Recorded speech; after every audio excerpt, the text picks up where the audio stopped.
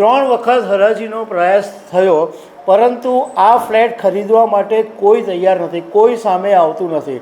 ઓફિસરોનું કહેવું એમ છે કે જ્યારે પણ આની બોલી હરાજી કરવામાં આવે છે ત્યારે કોઈ બોલી બોલવા માટે તૈયાર નથી થતું. શેરબજારની અંદર બિગ બુલ તરીકે જાણીતા દિવંગત હર્ષદ મહેતાનો એક ફ્લેટ જુહુમાં છે, જે 3 વખત હરાજી કરવાનો પ્રયાસ કરવામાં આવ્યો. એમ છતાં આ હર્ષદ મહેતાનો ફ્લેટ લેવા માટે કોઈ તૈયાર નથી. હવે ફરીથી એક વખત આગામી દિવસોની અંદર આ હર્ષદ મહેતાના ફ્લેટની હરાજી થવાની છે. તો આના વિશે હું તમારી સાથે વાત કરીશ. મારું નામ રાજેશ શાહ છે અને તમે જોઈ રહ્યા છો ગુજરાતના સૌથી મોટા ડિજિટલ પ્લેટફોર્મ ખબરછે.com. શેરબજારની અંદર એક જમાનો હતો કે જ્યારે હર્ષદ મહેતાની એન્ટ્રી થઈ અને હર્ષદ મહેતાએ શેરબજારને રોકેટની જેમ ઉડાવ્યું.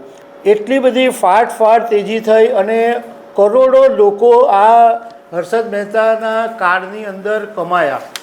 કારણ કે જે શેરોના ભાવ સાવ તળિયે હતા એ શેરોના ભાવ હર્ષદ મહેતાએ આસમાને પહોંચાડી દીધેલા.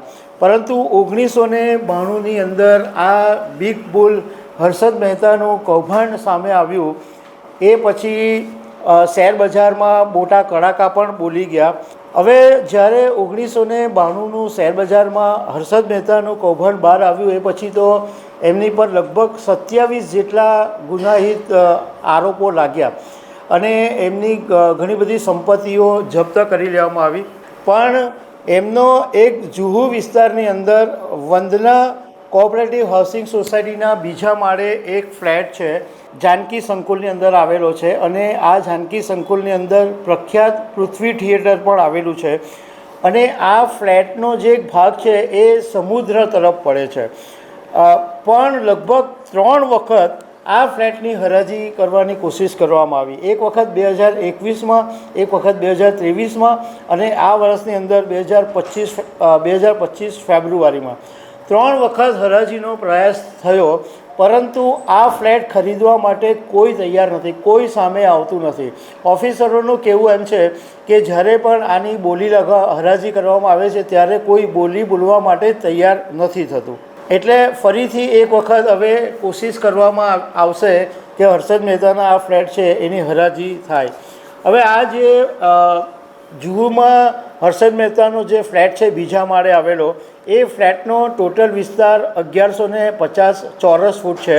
અને રિયલ એસ્ટેટના લોકોના કહેવા મુજબ આ વિસ્તારની અંદર સ્ક્વેર ફૂટ દીઠ જે ભાવ છે એ 50,000 રૂપિયાનો છે. એટલે લગભગ 50 કરોડથી ઉપરનો આ ફ્લેટ હોઈ શકે છે. હવે એકચ્યુઅલી આ ફ્લેટ અત્યારે દિવંગત સુશીલા શાહના નામે બોલે છે, જે રોમિલ એક્સપોર્ટ્સ નામની પેઢીમાં જજમેન્ટ દેવાદાર નામે એમને જાહેર કરવામાં આવ્યા હતા. અને એક કંપની હર્ષદ મહેતા અને અશ્વિન મહેતા એમાં ભાગીદાર હતા. જે ઓરિયન્ટ ટ્રાવેલ્સની કંપની હતી એમાં હર્ષદ મહેતા અને અશ્વિનભાઈ ભાગીદાર હતા. હવે જજમેન્ટ દેવાદારનો મતલબ એ છે કે એવી વ્યક્તિ કે જેને કેસના સમાધાન પછી જે પૈસા હોય એ બીજા પક્ષને આપવાના હોય. એટલે સુશીલાબેન શાહના જે પૈસા હતા એ હર્ષદ મહેતાને આપવાના હતા. એટલે આ ફ્લેટ હર્ષદ મહેતાનો છે.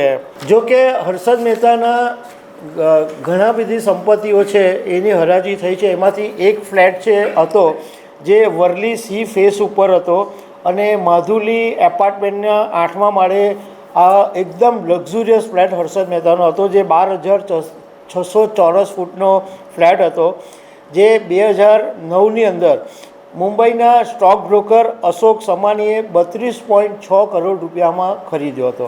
તો દર્શક મિત્રો, આવી અનેક વાતો સાથે અમે તમને મળતા રહીશું. Thank you very much.